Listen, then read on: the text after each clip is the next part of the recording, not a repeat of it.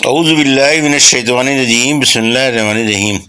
الحمد للہ رب العالمین والصلاۃ والسلام علی سید المرسلین و خاتم النبیین، اما بعد۔ صحیح مسلم باب حدیث کے راویوں کا عیب بیان کرنا درست ہے۔ حدیث نمبر 41، اردو ترجمہ۔ خلیفہ بن موسیٰ نے کہا، میں غالب بن عبید اللہ کے پاس گیا، وہ مجھ کو لکھوانے لگا کہ حدیث بیان کی مجھ سے مکحول نے۔ اتنے میں اس کو پیشاب آ گیا، وہ پیشاب کرنے گیا۔ میں نے اس کی کتاب کو دیکھا تو اس میں یوں لکھا تھا، حدیث بیان کی مجھ سے ابان نے، انس سے، اور ابان نے فلاں سے۔ یہ دیکھ کر میں نے اس سے روایت کرنا چھوڑ دیا اور اٹھ کر چلا گیا۔ امام مسلم نے کہا کہ سنا میں نے حسن بن علی حلوانی سے وہ کہتے تھے، سنا میں نے حسن بن حلوانی سے وہ کہتے تھے، میں نے عفان کی کتاب میں حشام ابو المقدام کی حدیث دیکھی جو عمر بن عبدالعزیز سے مروی ہے۔ حشام نے کہا، مجھ سے ایک شخص نے بیان کیا جس کا نام یحییٰ تھا، فلاں کا بیٹا، اس نے محمد بن کعب سے سنا۔ میں نے عفان سے کہا، لوگ کہتے ہیں حشام نے اس حدیث کو خود محمد بن کعب سے سنا ہے۔ عفان نے کہا کہ حشام اسی حدیث کی وجہ سے آفت میں پڑ گیا۔ پہلے کہتا مجھ سے حدیث بیان کی یحییٰ نے، اس نے سنا محمد سے، پھر کہنے لگا میں نے خود سنا محمد سے۔ حدیث نمبر 42، اردو ترجمہ۔ عبداللہ بن عثمان بن جبلہ نے کہا کہ میں نے عبداللہ بن مبارک سے کہا، وہ کون شخص ہے جس سے تم نے عبداللہ بن عمر کی حدیث روایت کی یوم الفطر یوم الجرائز؟ کہا، عبداللہ بن مبارک نے، وہ سلیمان بن الحجاج ہے، دیکھو تم نے ان سے کیا حاصل کیا، یعنی وہ عمدہ شخص تھے اور ثقہ تھے، یہ تعریف ہے ان کی۔ ابن تہزاز نے کہا، میں نے سنا وہب بن زمع سے، وہ روایت کرتے تھے سفیان بن عبد الملک سے کہ عبداللہ بن مبارک نے کہا، میں نے روح بن غطیف کو دیکھا جس نے درہم کے برابر خون کی حدیث روایت کی۔ میں اس کی صحبت میں بیٹھا، پھر اپنے دوستوں سے شرمانے لگا، وہ کیا کہیں گے مجھے اس کے پاس بیٹھا دیکھ کر، اس وجہ سے کہ اس سے روایت کرنا مکروہ سمجھتے تھے۔ حدیث نمبر 43، اردو ترجمہ۔ عبداللہ بن مبارک نے کہا، بقیہ بن ولید بن سعد بن کعب کلائی سچا ہے، لیکن وہ روایت کرتا ہے سب قسم کے لوگوں سے، یعنی ثقہ اور ضعیف کو نہیں دیکھتا، اسی وجہ سے اس کو بھی ضعیف کہا ہے محدثین نے۔ حدیث نمبر 44، اردو ترجمہ۔ شعبی فرماتے ہیں کہ حارث اور الحمدانی نے مجھ سے حدیث بیان کی اور وہ جھوٹا آدمی تھا۔ حدیث نمبر 45، اردو ترجمہ۔ عامر بن شراحیل شعبی جو حدیث کے امام ہیں، وہ کہتے تھے کہ مجھ سے حدیث بیان کی حارث اور نے، اور وہ جھوٹا تھا۔ حدیث نمبر 46، اردو ترجمہ۔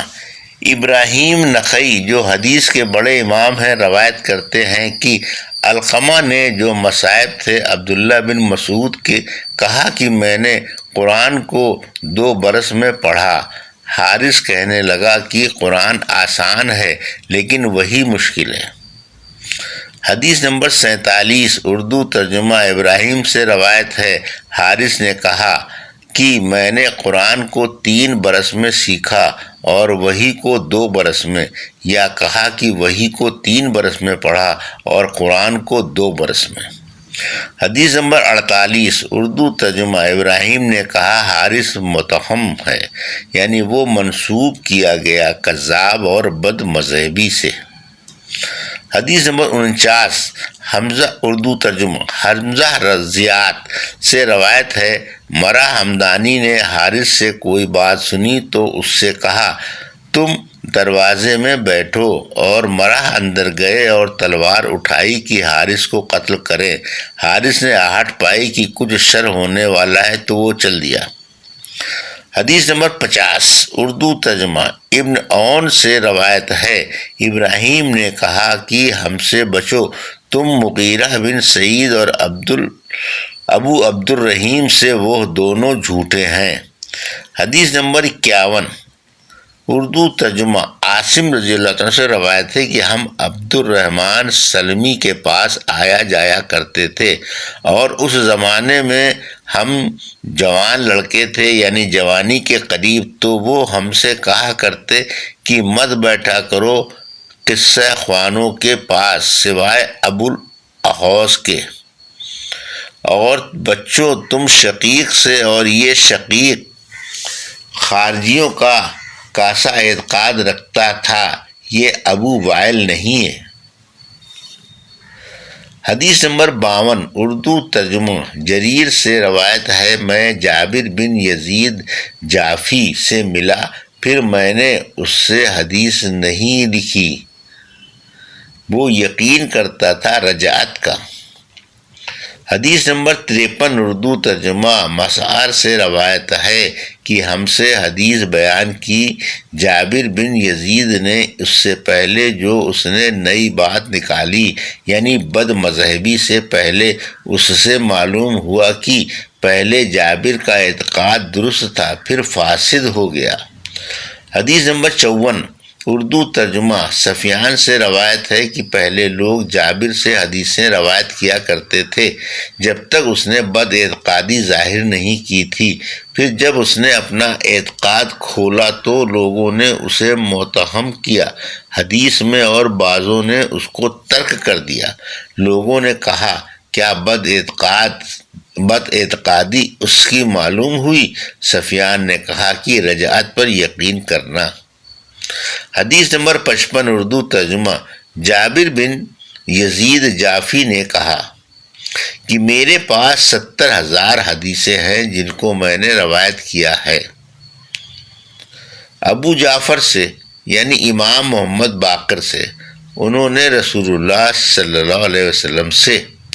حدیث نمبر 56 ظہیر رضی اللہ عنہ سے روایت ہے، جابر کہتا تھا کہ میرے پاس 50,000 ایسی حدیثیں ہیں جن کو میں نے لوگوں سے بیان نہیں کیا، پھر ایک روز ایک حدیث بیان کی اور کہنے لگا کہ یہ انہی 50,000 میں سے ہے۔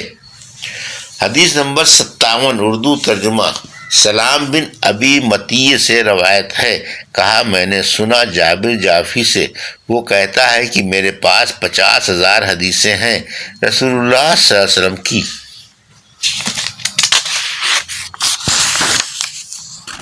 حدیث نمبر 58 اردو ترجمہ سفیان سے روایت ہے، کہا میں نے سنا کہ ایک شخص نے جابر جعفی سے پوچھا، اس آیت فلن ابرح الارض حتی باذن یہ بھی احکم اللہ لی وہو خیر الحاکمین۔ جابر نے کہا کہ اس آیت کا مطلب ابھی ظاہر نہیں ہوا ہے۔ سفیان نے کہا جابر جھوٹا تھا۔ حمیدی نے، جو اس روایت کو سفیان سے نقل کرتے ہیں، کہا ہم لوگوں نے سفیان سے پوچھا جابر کی کیا غرض تھی؟ انہوں نے کہا کہ رافضی لوگ یہ اعتقاد رکھتے ہیں کہ حضرت علی رضی اللہ عنہ ابر میں ہیں، اور ہم ان کی اولاد میں سے کسی کے ساتھ نہ نکلیں گے، یہاں تک کہ آسمان سے حضرت علی رضی اللہ عنہ آوازیں دیں گے کہ نکلو اس شخص کے ساتھ۔ تو جابر نے کہا کہ اس آیت کی تفسیر یہ ہے، اور اس نے جھوٹ کہا اس لیے کہ یہ آیت یوسف علیہ السلام کے بھائیوں کے قصے میں ہے۔ حدیث نمبر 59 اردو ترجمہ سفیان سے روایت ہے، میں نے جابر سے 30,000 حدیثوں کو سنا، میں حلال نہیں جانتا ان میں سے ایک بھی حدیث بیان کرنے کو، اگرچہ مجھے یہ اور یہ ملے، یعنی کیسی ہی دولت ملے، لیکن میں ان حدیثوں کو نقل نہ کروں گا کیونکہ وہ سب جھوٹ تھیں۔ ابی غسان محمد بن عمر ورازی نے کہا، میں نے جریر بن عبد الحمید سے پوچھا کہ تم نے حارث بن حسیرہ کو دیکھا ہے؟ انہوں نے کہا کہ ہاں، ایک بڑا بزرگ تھا، اکثر خاموش رہتا لیکن بہت بڑی بات پر اصرار کرتا تھا۔ حدیث نمبر 60 اردو ترجمہ۔ حماد بن زید نے کہا، ایوب سختیانی ابن ابی تیمیہ کسان ابو بکر بصری جو شقہ سبت حجت فقیہ عابد مشہور تھے نے کہا، ایک شخص کا حال کہ اس کی زبان درست نہ تھی اور دوسرے کو کہا کہ وہ رقم کو بڑھا دیتا ہے۔ حدیث نمبر 61 حماد بن زید سے روایت ہے، ایوب نے کہا کہ میرا ایک ہمسایہ ہے، پھر بیان کی اس کی فضیلت یعنی اس کی لیاقت اور علم کی تعریف کی، اور کہا کہ اگر وہ میرے سامنے 2 کھجوروں پر گواہی دے تو میں اس کی گواہی درست نہ رکھوں۔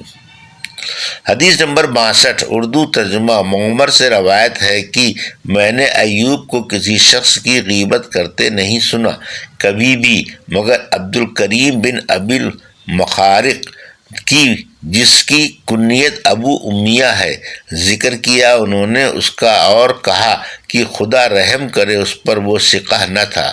ایک بار مجھ سے ایک حدیث پوچھی اکرمہ کی، پھر کہنے لگا، میں نے خود سنا ہے اکرمہ سے۔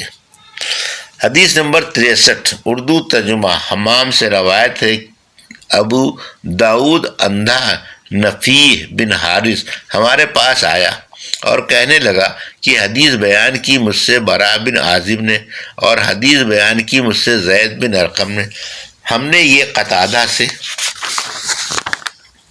ذکر کیا، انہوں نے کہا جھوٹا ہے، اس نے نہیں سنا براء اور زید سے۔ تو وہ ایک منگنا تھا، لوگوں کے سامنے ہاتھ پھیلاتا تھا سخت وبا کے زمانے میں۔